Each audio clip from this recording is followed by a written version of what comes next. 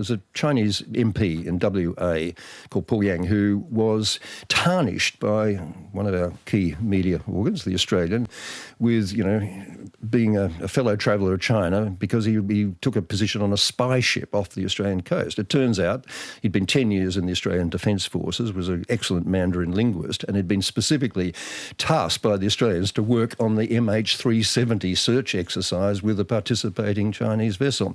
So this disposition to paint the worst possible picture of people in these circumstances, in this environment, I think is very worrying. Except sometimes China is doing the worst thing. For instance, we're still detaining the Chinese-Australian writer, tell me about it. Yang Hongjun.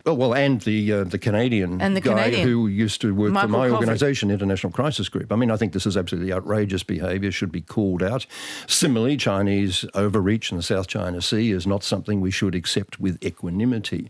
We should be pushing back on all these fronts. We should be alert, have our senses about us. But let's translate this kind of rough and tumble in a changing tectonic plate, global geostrategic environment. Let's translate that into broad-brushed prejudice, anxiety, fear about overreach of very, very hugely contributing members of our community, many, of course, of whom have been Australians for generations and who are passionately committed to the future of this country.